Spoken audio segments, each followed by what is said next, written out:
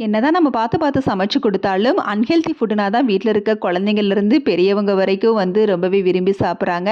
இதுவா ஒரே போர் அப்படிங்கிற மாதிரி. இருந்தாலும் நம்ம தானே கொஞ்சம் ஹெல்த்தியா கவனிச்சுக்கணும். அதனால இப்பலாம் ரெகுலரா வந்து 10 நாளைக்கு ஒரு தடவ சூப் வந்து மஷ்ரூம் சூப், வெஜ் சூப்ன்னு இந்த மாரி மாத்தி மாத்தி ரெடி பண்ணி குடுத்துறேன்.